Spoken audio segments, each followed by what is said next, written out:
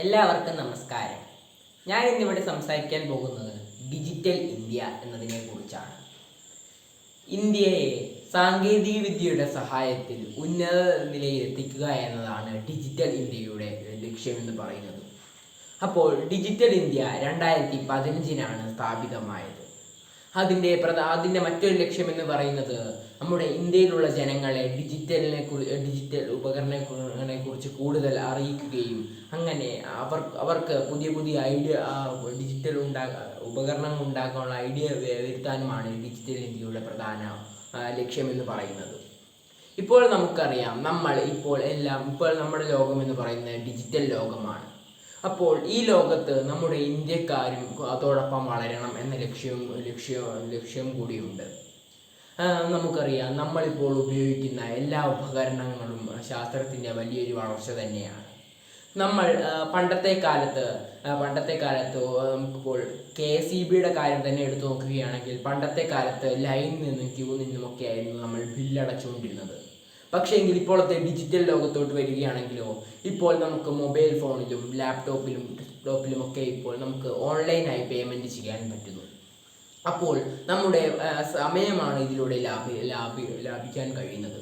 ഇങ്ങനെ പലയിടത്തും നമുക്ക് ഓൺലൈനായി നമുക്ക് പല കാര്യങ്ങളും ഇപ്പോൾ ചെയ്യാൻ കഴിയുന്നു. പിന്നെ നമ്മൾ നോക്കുകയാണെങ്കിൽ കൃഷിയുടെ കാര്യത്തിലും ഇത് വളർന്നിട്ടുമുണ്ട്. കൃഷിയുടെ കാര്യത്തിൽ എങ്ങനെയാണെന്ന് വെച്ചാൽ, ഇപ്പോൾ കാലാവസ്ഥാ വ്യതിയാനം ഉണ്ടാകുന്നു എന്ന് ഇപ്പോൾ ശാസ്ത്രജ്ഞന്മാർ മുമ്പേ പ്രവചിക്കുന്നുണ്ടല്ലോ. അപ്പോൾ അതൊക്കെ കൃഷിക്കാർക്ക് അറിയുകയാണെങ്കിൽ ഈ കാലാവസ്ഥാ വ്യതിയാനം മൂലം നശിക്കുന്ന വിളകളൊന്നും നടാതിരിക്കും. അങ്ങനെ അവർക്ക് അവരുടെ പണം ലാഭിക്കാനും കഴിയും. അതോടൊപ്പം വിത്തുകളുടെ വില കൂടിയോ കുറഞ്ഞോ എന്നൊക്കെ അവർക്ക് ഫോണിലൂടെ അറിയാൻ കഴിയുന്നു. പിന്നെ അതോടൊപ്പം നമ്മൾ ഉൽപ്പാദിപ്പിച്ച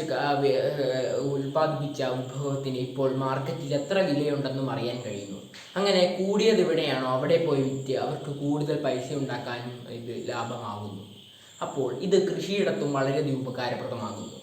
പിന്നീടുള്ളതാണ് പണമിടപാടിൻ്റെ കാര്യത്തിൽ പേടിഎം, UPI അഥവാ യൂണിഫൈഡ് പേയ്മെൻറ്റ് ഇൻ്റർഫേസ്, ഇത് വന്നതോടുകൂടി തന്നെ വലിയൊരു മാറ്റം തന്നെയാണ് നമ്മുടെ ഇന്ത്യയിൽ പണമിടപാടിനുണ്ടായത്. കാരണം ഒരാളുടെ മൊബൈൽ നമ്പർ ലഭിക്കുകയാണെങ്കിൽ അവർക്ക് പണം ഇടപാട് നടത്താൻ കഴിയും. അത് വലിയൊരു വളർച്ചയായിട്ട് തന്നെയാണ് ഇപ്പോൾ കണക്കാക്കുന്നത്. പിന്നെ അതോടൊപ്പം ഫോൺ പേ, അങ്ങനെ പല കാര്യങ്ങളുമുണ്ട് പണമിടപാട്. പിന്നീടുള്ള കാര്യം എന്ന് പറയുന്നത്, ഇപ്പോൾ വിദ്യാർത്ഥികൾക്കും ഇത് ഉപകാരപ്രദമായിട്ടുണ്ട്. ഇപ്പോൾ എല്ലാ സ്കൂളിലും IT ലാബ് ഉണ്ടായിരിക്കും. അതോടൊപ്പം തന്നെ ഓരോ ക്ലാസ്സുകളിലും പ്രൊജക്ടറുമുണ്ട്.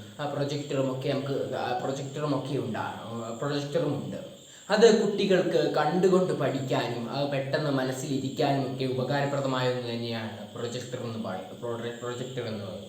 അതുപോലെ തന്നെ കമ്പ്യൂട്ടർ എന്ന് പറയുന്നത്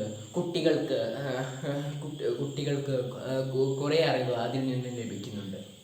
അപ്പോൾ നമ്മുടെ ഇന്ത്യക്ക് വളരെയധികം വികസനം തന്നെയാണ് ഡിജിറ്റൽ ഇന്ത്യ വരികയാണെങ്കിൽ ഉണ്ടായിരിക്കുക.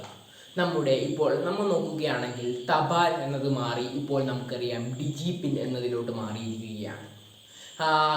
തപാൽ എൻ്റെ പ്രശ്നമെന്ന് പറയുമ്പോൾ ഒരു ഇടത്തിൻ്റെ നമ്മളിപ്പോൾ എവിടെയാണോ നിൽക്കുന്നത് അവിടുത്തെ നമ്പർ ആയിരിക്കില്ല അത്, ആ ഒരു പ്രദേശത്തെ ഫുള്ളുള്ള നമ്പർ ആയിരിക്കും അത്.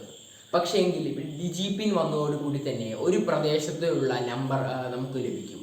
അങ്ങനെ അത് കൊണ്ടുതരാൻ വരുന്ന ആൾക്കാരുടെ സമയലാഭം, പിന്നെ വേറെ എവിടെയെങ്കിലും എത്തിക്കുന്നത് കുറയുകയും ഒക്കെ ചെയ്യുന്നു. അപ്പോൾ ഇത് വന്നതോടുകൂടി തന്നെ സമയലാഭവും പെട്ടെന്ന് സാധനങ്ങൾ കൈവശം എത്തുന്നതും ഒക്കെ കാരണമായി തീരുന്നു. പിന്നെ നമുക്കറിയാമല്ലോ, പണ്ടത്തെ കാലത്ത് ഗുഹകളിൽ ജീവിച്ചിരുന്ന ഇപ്പോൾ വലിയ വലിയ AC റൂമുകളിലും ഒക്കെയാണ് ഇപ്പോൾ താമസിക്കുന്നത്. അപ്പോൾ നമ്മൾ ഇനിയും വളരേണ്ടിയിരിക്കുന്നു. നമ്മൾ ഇനിയും വളരുകയാണെങ്കിൽ നമുക്ക് ഇന്ത്യക്ക് ഒരു വലിയൊരു ഭാവി തന്നെ നമുക്ക് കാണാൻ കഴിയും. അപ്പോൾ ഇത്രയും പറഞ്ഞുകൊണ്ട് ഞാൻ എൻ്റെ പ്രസംഗം നിർത്തുന്നു. നന്ദി.